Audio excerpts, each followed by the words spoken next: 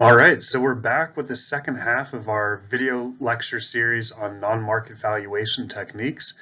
As promised last week, the methods in this video are probably going to be a little less common in terms of generating firsthand original research. However, I'm also including the benefits transfer method, which is probably one of the most widely applicable methods for generating knowledge when you don't have firsthand experience on the site.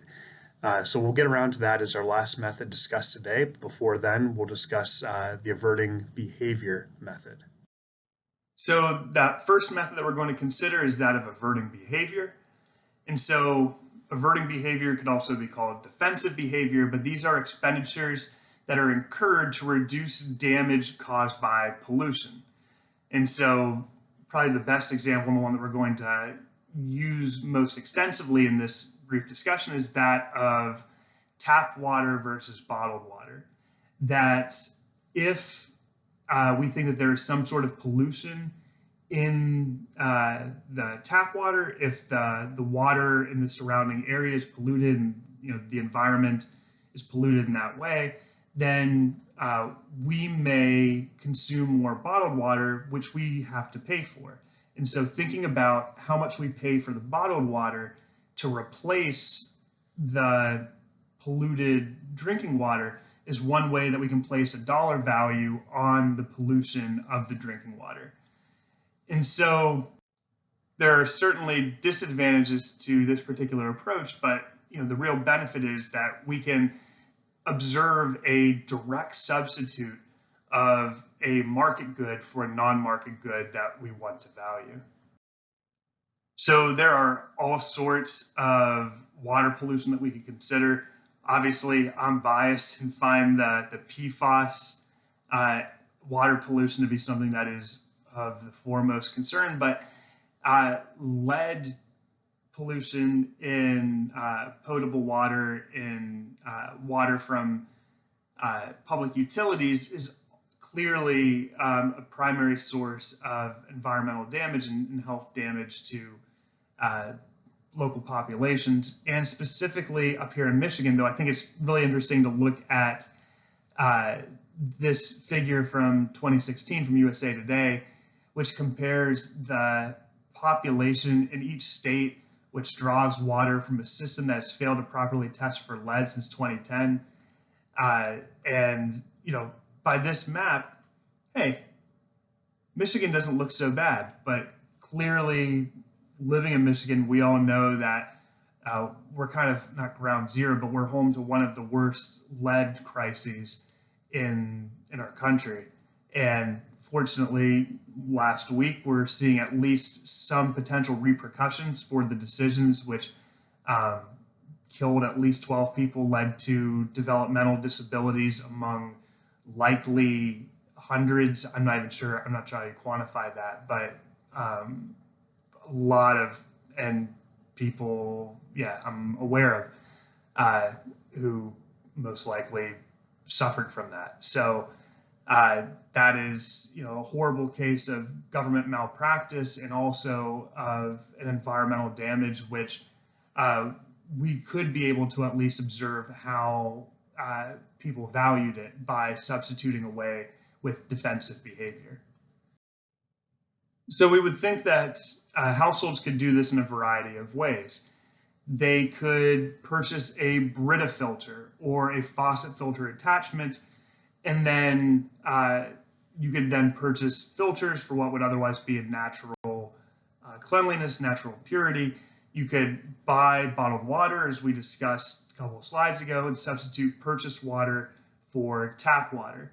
And then you also get the convenience that you're paying for being able to transport it with you, that you can transport it with you and then dispose of the bottle when you're done instead of needing to remember to bring it home and carry an empty bottle around.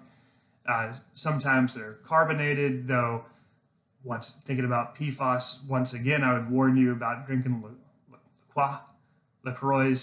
They have apparently some of the highest levels of PFAS among all bottled water.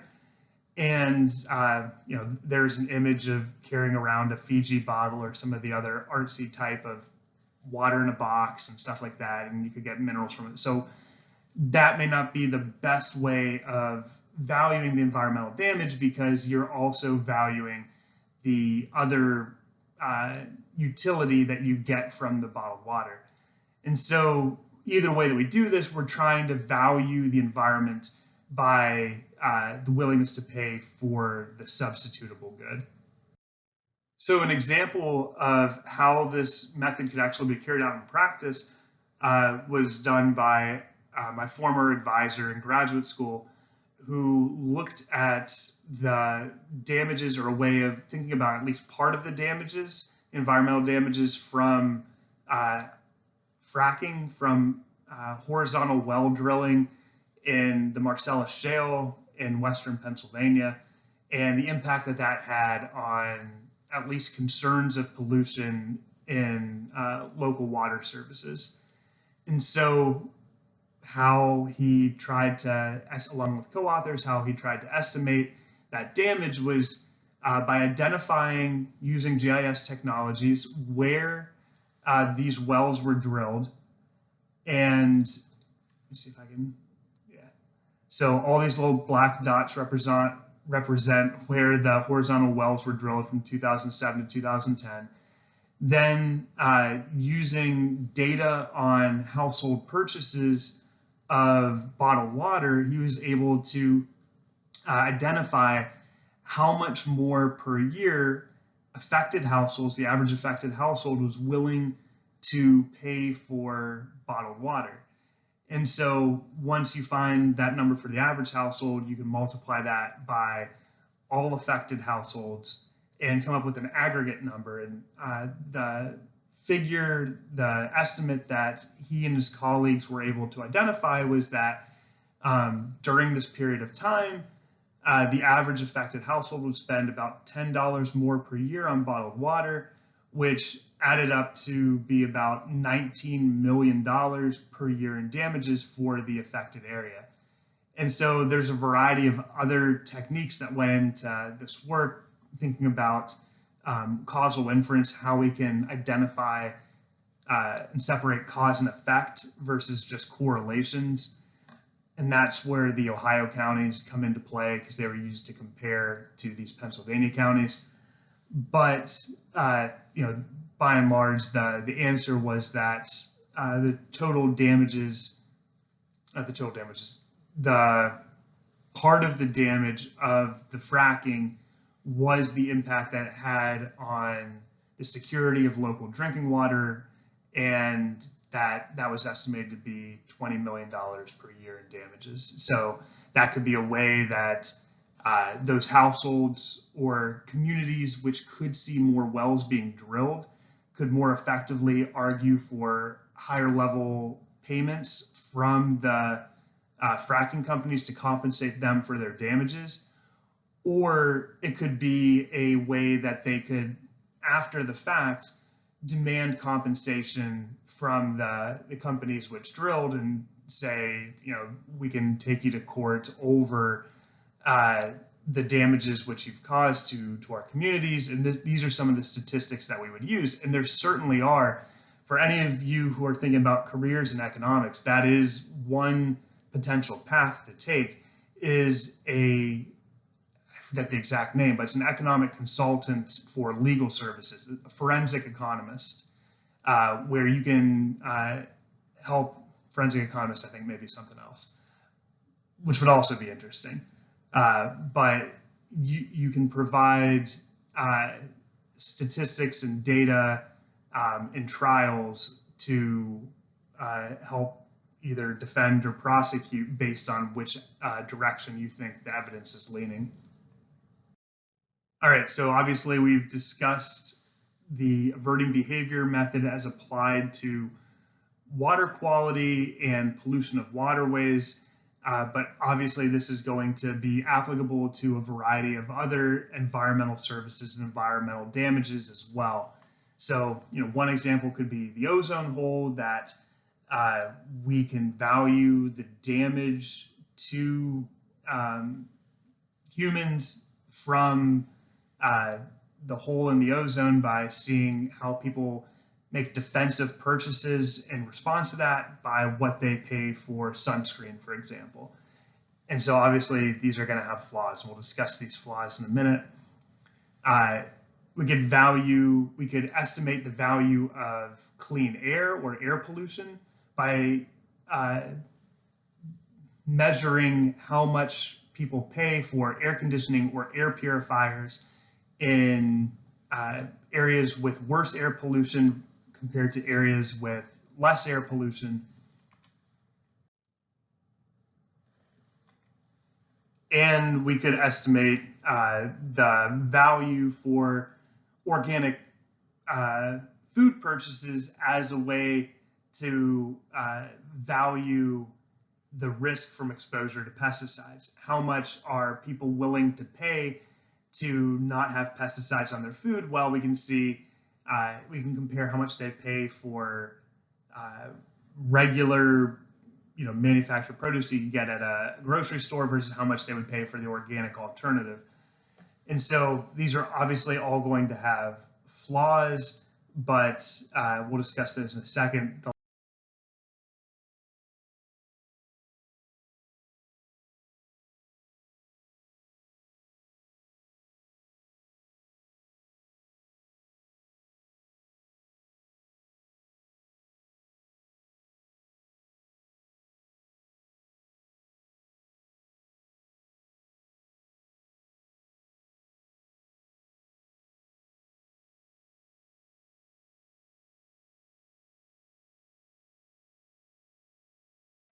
So some of the primary limitations with this approach to valuing environmental damages would be that, first of all, we need a substitute for the pollution. So we can't really apply this approach to global climate change because there is no averting behavior that we can take to minimize the effect of climate change on us individually. Second would be that there are clearly other values for the defensive measure, as we discussed with the water bottle example for water pollution. There's the portability of the bottled water, there's the added minerals, there's the status of the bottled water, that we are largely picking up some additional values which may then overestimate the damage to the environment because people are paying for something in addition to the defensive behavior. And then you may also just have a preference for organic food and it's unrelated to the pesticides. You must maybe believe it has something to do with GMOs or that you think GMOs are going to be carcinogenic or something along those lines. So we're not able to have a real clean identification here of that. We're not able to be absolutely certain that we are paying for the averting behavior and for nothing else. There are also perceptions of the relationship between the averting behavior and damages that affect consumer decisions. For example, when it comes to sunscreen, we want to question whether consumers understand the relationship between cancer risk of the ozone hole and how it can be mitigated by using sunscreen. And if they're not aware of that, then once again, we are not going to be providing an accurate estimate of the damage from the ozone hole because people aren't purchasing the sunscreen as a defensive behavior against that increased risk. And then sunscreen obviously brings other concerns with it as well that may be carcinogenic in their own way. So there really are a lot of methodological limitations to this this technique. That doesn't mean it's not appropriate in certain situations, but in general, we're going to think that averting expenditure approach, the averting behavior approach, is going to provide a lower bound estimate, that this is going to be maybe a conservative or downward biased estimate of the damages which are imposed by or imposed on the environment, or a lower estimate on the value of the services which the environment provides. Fortunately, we have a variety of other techniques that we can use to value the environment as well. The second of which we're going to consider is that of the travel cost method. And so the travel cost method, which we briefly described when we were summarizing the different methods, is going to infer the value of a recreational resource by using information on how much visitors spend to get there, or by how they compare trips to one location versus trips to another location. And so this could include gas, the cost of gasoline, the cost of food, the number of trips they make in a given year, and then also time as well. And that's something that we'll discuss in a little bit, because I just want to make sure that you're aware that that is a crucial piece of this method, and something that economists do pay attention to, is that our time is costly. And so there's going to be two general variants of the travel cost method. One is quantity, and one's, I guess, more of a continuous measure and one's a discrete measure. So the first is the number of trips, and the dependent variable in those methods would be the number of trips you make in a year, whether that be 0, whether that be 5, and then we regress that on the attributes of the trip, including the cost of the trip. The second then is which site people decide to visit. So if we're thinking about valuing some sort of environmental service which is particular to one of the lakefront beach towns on Lake Michigan, so let's think Grand Haven, South Haven, Saugatuck.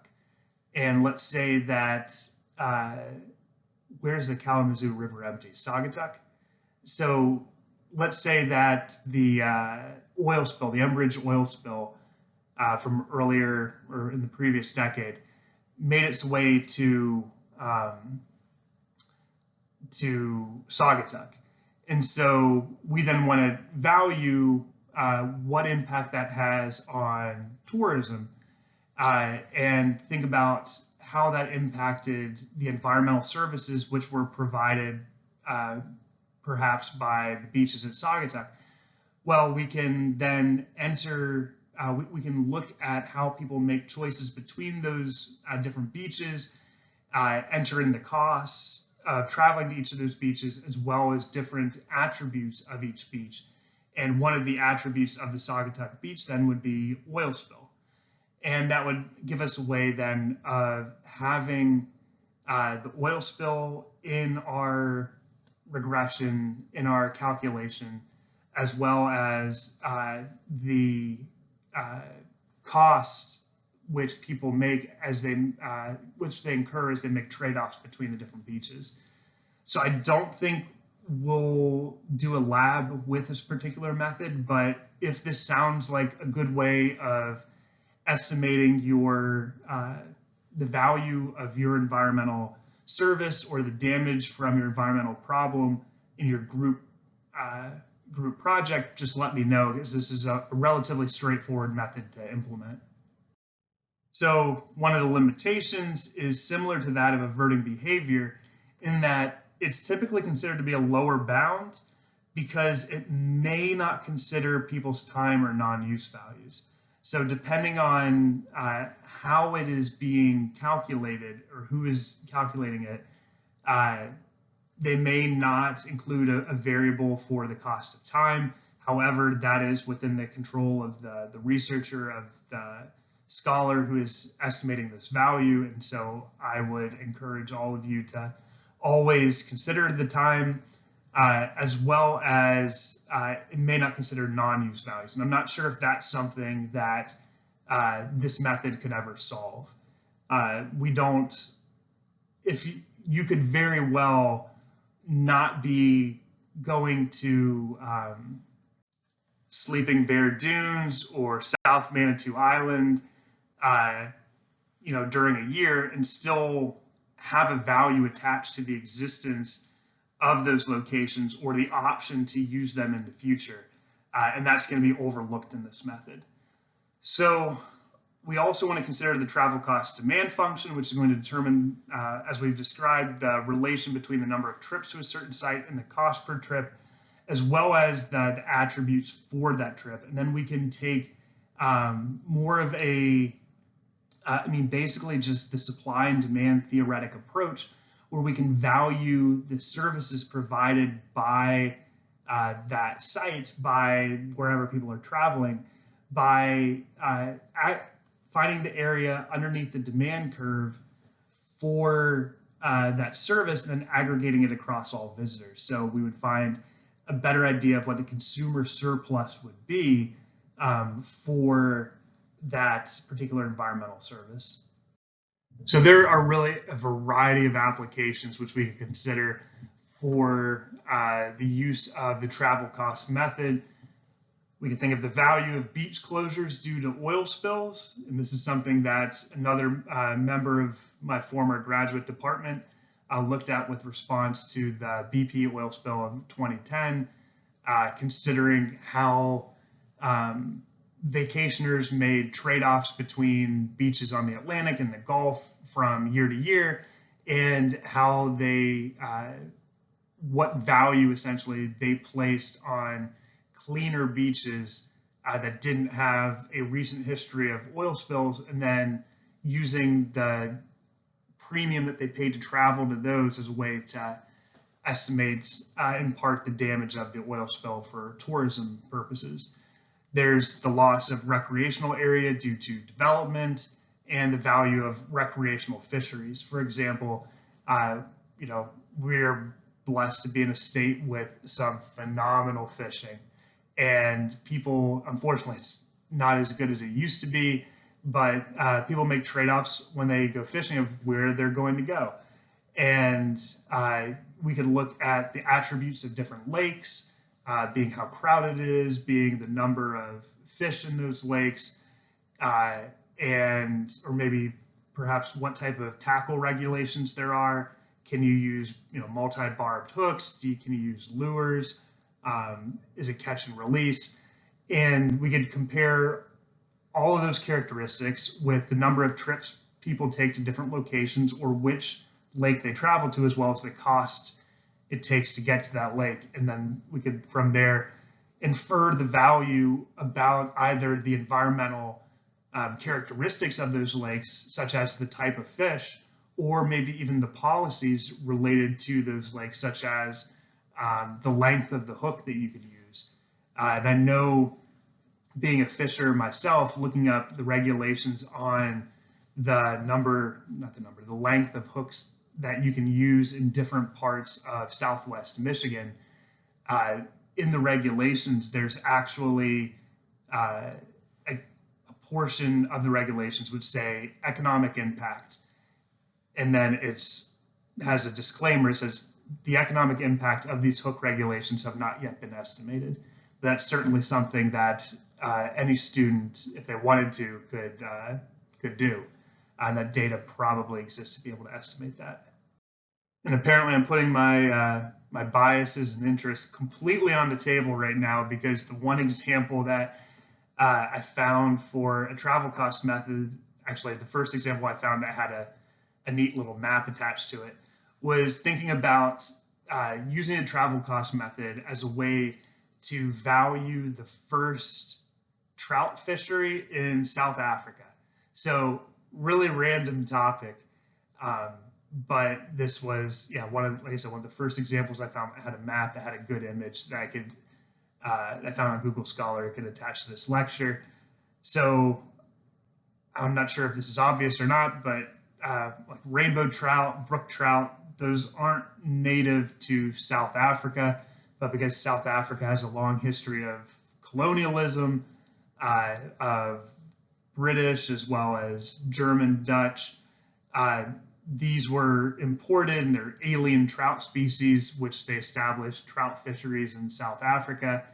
And then there's the question about whether or not those should be permitted, because while not necessarily invasive, they're non-native. And some economists went about valuing what would be the loss in welfare to South Africans by eliminating these trout fisheries, and they used the travel cost method to do so for the first trout fishery. For this one, I forget where it's in Rhodes, and they found that doing so would lead to a $1.2 million loss in welfare for just that one particular trout fishery. So whether or not you normatively agree with whether there should exist fisheries for non-native species in countries, that is one way that we can implement the travel cost method to think about the environmental service which is provided by the existence of those fisheries. And just quick tangent for any of you who aren't aware, we actually have salmon fisheries here in Michigan, which is really wild because, yeah, salmon are not native at all to the Great Lakes area, and they're not even the salmon which are closest, right? So we have coho and chinook, we have red salmon and king salmon, and those are not the Atlantic salmon, which eventually, I believe, worked their way up the Great Lakes in the 50s and 60s, but the red and the king are flown in, or were flown in the 50s from the Pacific Northwest, from Oregon and Washington, as a way to artificially create great fisheries in the Great Lakes states. And so it's not what it used to be, but it's pretty impressive, just from a biased angler perspective, that we have access to that in our general area. I'd be happy to talk about the ethics and the efficiency of fishing with anybody if they ever had any interest in doing so. So we've already discussed some of the limitations of the travel cost method, some of the challenges, the empirical challenges in estimating the value that people place on the environment by using data on the number of trips they make or where they go. Maybe that people who live close to the site have low travel costs, but they live close to the site because they really value it, right? So maybe people who live on the coast aren't willing to pay much to go to a beach because they don't have to pay much because they already live there. That doesn't mean they place a lower value on the resource. It means it's just being captured in a different way. So that would be something that we would need to be aware of if we were to implement this method. Second of which, once again, is the opportunity cost of time. And really that limitation, it was much more problematic, I think, in maybe the 80s, but now seems to have a more general and acceptable way of dealing with it, which is that anytime that we're adding up the cost of an individual to visit a site, we're going to add the opportunity cost of time as well.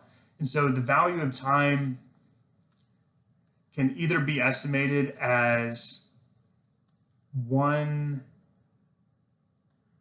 it's 1/2 post-tax wage,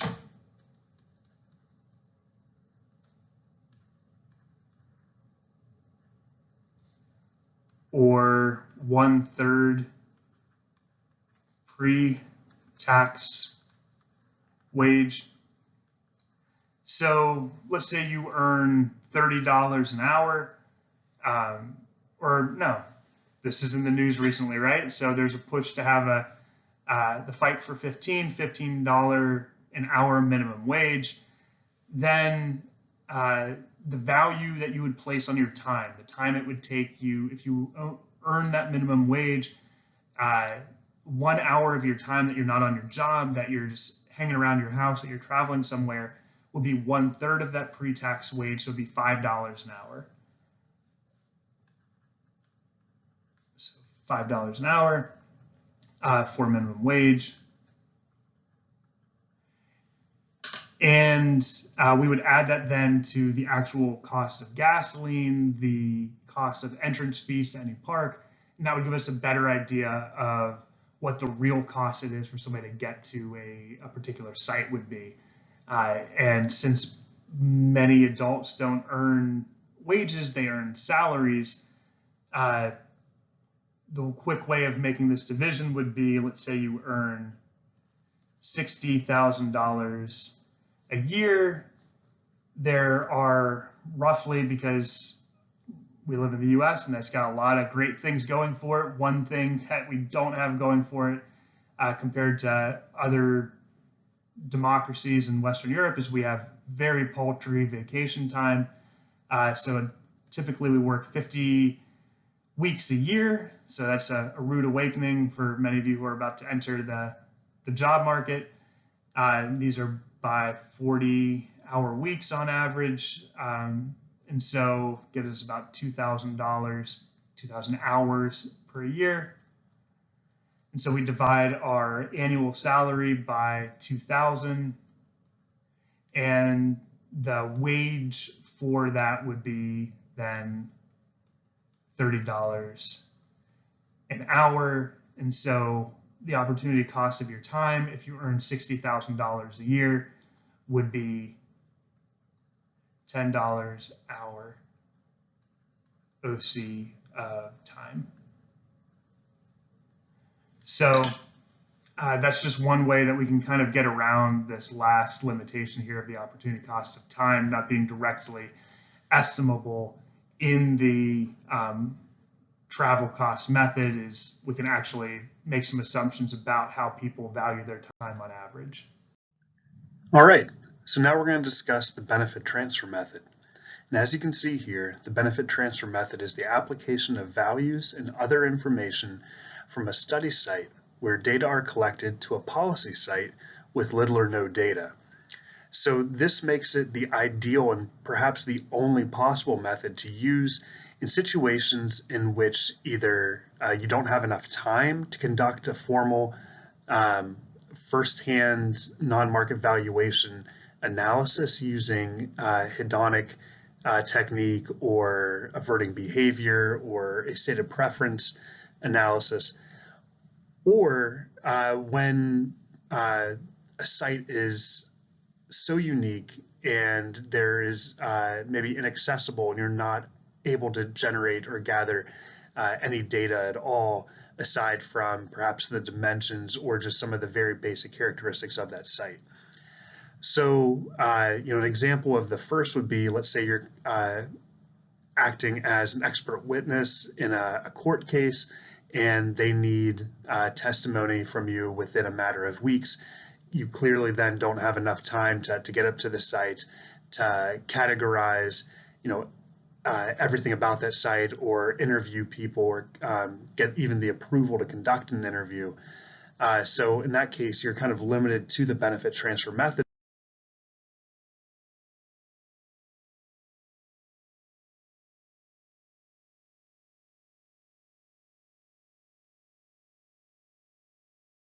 And as we're going to see over the next couple slides, has a recommended four-step process for being conducted. And so the first step is to describe the policy case. So you want to identify the characteristics of the policy case that are going to be expected to have a measurable influence on total willingness to pay. Again, the policy case here is referring to this location or the situation that you're trying to provide a non-market value for which there previously doesn't exist any estimate of value. So once we describe that policy case, we're going to move on to selecting our study cases.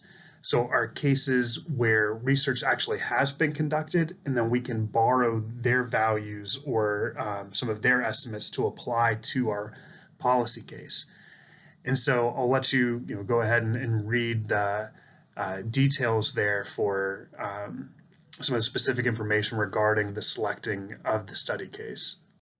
So once we have described our policy case and we've selected our study cases, we need to establish our transfer values or either estimate a unit value or an entire transfer function that we can take the values from our study cases and apply them to our policy case. And then once that's done, all that's really left to do is report the results and describe all the key judgments and assumptions and quantify and report the willingness to pay estimates as well as their uncertainty. And so just one example of many where this method has been applied was in the state of Michigan in deciding whether or not to protect and restore coastal wetlands near Saginaw Bay, which is kind of up here in the little area between the thumb and the rest of the fingers in the mitten.